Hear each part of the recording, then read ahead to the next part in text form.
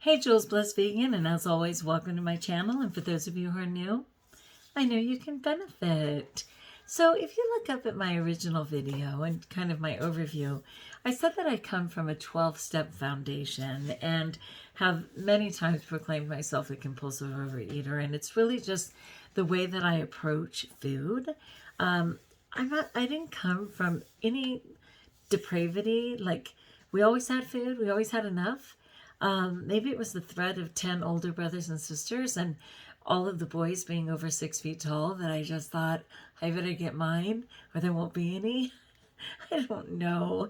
I'll never blame my belly button family. I have no idea. It's just my thing to overcome. And so I do rely on the 12-step programs. Overeaters Anonymous has been a huge one for me for years. And I lost sight of that a couple of years ago when I got into veganism. And veganism is not a diet. It's a way of protecting sentient beings who can't fend for themselves, like the animals. So it's not even a diet, but people often say, I'm a vegan and this is what I eat. But in fact, that just means plant-based, or it should mean plant-based. So all of a sudden, I gave up all of that foundation of the 12 steps. And if you go in my search, you can put in what are the 12 steps, 12-step program, Overeaters Anonymous, a lot of videos that come up that I've done over the years. But as I'm pulling myself back together after a year of obesity, let's be fair, I put on so much weight. Excuse me, my eye is making me crazy. I put on so much weight this last year. I'm finally in a place where I'm awake again, came out of that coma, and I'm ready to be well. And for me, I need the support of the 12-step program. So I'm going to do a thing. I really enjoyed this. This is just a really quick daily thought book. I've read out of it many times. And I think if you put for today in my search, several different readings will come up from over the years. But it's for today by Overeaters Anonymous, and it's just a daily thought book. But what's cool about it, there's so many cool things about it, but in the very back is an index, and the index has topics. And I am going to do a 13-day series on willingness, okay?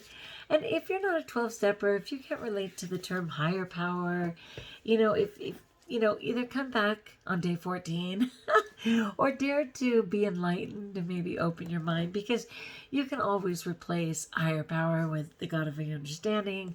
You can replace compulsive overeater with whatever it is in your life that you struggle with on a regular basis. For me right now, so in the 12-step program, you have step 1, which is admitting you're powerless over whatever it is.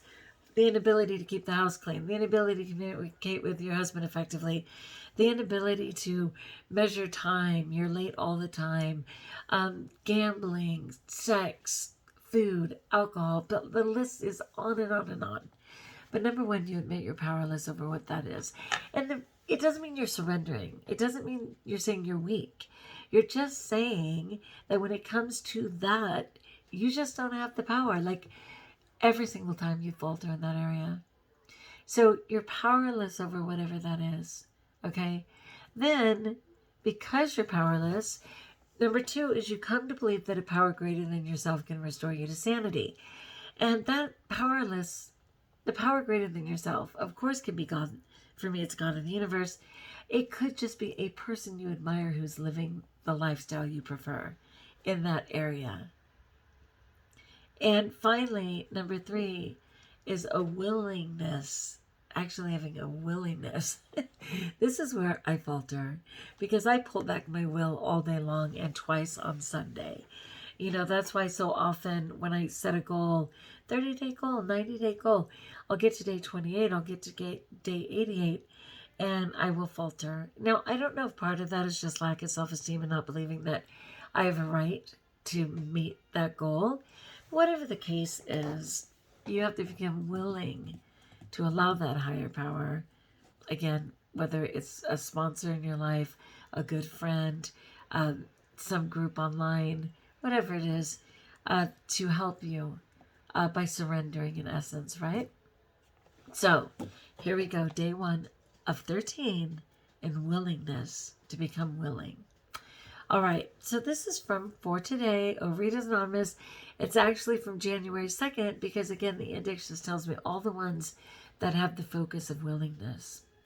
And it reads, looking forward into an empty year strikes one with a certain awe because one finds therein no recognition. The years behind have a friendly aspect, and they are warmed by the fires we've kindled, and all their echoes are the echoes of our own choices. And that's by Alexander Smith. And then after they give a quote, they always give a reflection and then kind of something of an affirmation or whatever the goal is. So it reads, the old and familiar is more comforting to contemplate than the new and untried. What will be new? Whatever old idea I give up, a new one will take its place. Beliefs I was sure about have turned out to be wrong. Foremost among them was the idea that if I took complete charge of my life, asking no help from any quarter, it would turn out the way I wanted. Let's read that sentence again. It's weird for me. Foremost among them was the idea that if I took complete charge of my life, asking no help from any quarter, it would turn out the way I wanted. I've done that so many times. Just as like an addict, a compulsive, addictive person, I've tricked myself so many times and saying, well, I just won't ask anyone. I won't tell anyone. I'll do it all by myself. That puts me in a corner with a person who's seriously out of control, a manipulator, and someone who is addicted. And that's who I'm counting on. Oops. All right. Anyway, it reads, but I never did. It was only when I gave up being in charge that the reality of abstinence, again, abstaining from whatever that challenge is in your life, with peace of mind entered my life. All my progress towards sanity and balance come from that one magnificent change. This one is tricky. This is all about surrender, right? It's all about willingness. I need to go back. The old and familiar is more comforting to contemplate than the new and untried. I think that's absolutely true because we've already been there. We've already survived it. We've already done it. But I do understand people who are running, people in serious need of change, are excited only about what they're hoping is to come, though there's no proof of it. We only have proof of what we've already gone through, right? What will be new? Whatever old idea I give up, a new one will take its place. And again, that's ideal, that it'll be a healthy one. Sadly, something is going to fill any void, no matter what. So hopefully it's a positive thing that's filling the void, but that's up to us, right? So beliefs I was sure about have turned out to be wrong. Yeah, sure, so many times. When I had confidence that something would be exactly right, God, life, experience enlightened me and said, that was a hard no. Foremost among them was the idea that if I took complete charge of my life, asking no help from any quarter, it would turn out the way I wanted. Yeah, I would just really get that. Going it alone, I mean, everything in the Bible says community. Always. Going it alone is just rarely the answer, right? And I usually find him hiding when I go that route, which is how I put on all this weight. I was hiding. But hiding in plain sight, of course. It never did. It was only when I gave up being in charge that the reality of abstinence with peace of mind entered my life. Surrender, surrender, surrender. All of my progress towards sanity and balance come from that one magnificent change. Okay, so the one magnificent change is giving up being in charge. Got it. All right, so then here's that little affirmation for today. I pray to be willing to give up more of my old mistaken notions that I cling to as absolute truths. Oh, my goodness. That is so true. Because I'm I am so abusive to myself, and everybody knows it. And they say it all the time. They're just like, it is really sad, and it's okay. Like the weight gain this past year, the playing with different food plans, the result and discomfort that I'm in right now, it's all okay. Every bit of it feels okay, as terrible as it is.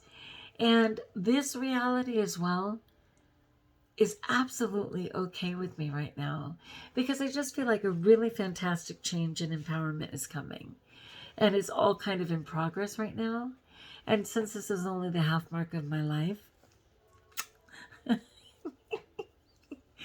I have time to put this in motion. So it says, I pray to be willing to give up more of my old mistaken notions that I cling to as absolute truths. And, a lot of that really does have to do with these, I don't know. I mean, I just don't know what it is that the message, I do know, in many ways I know.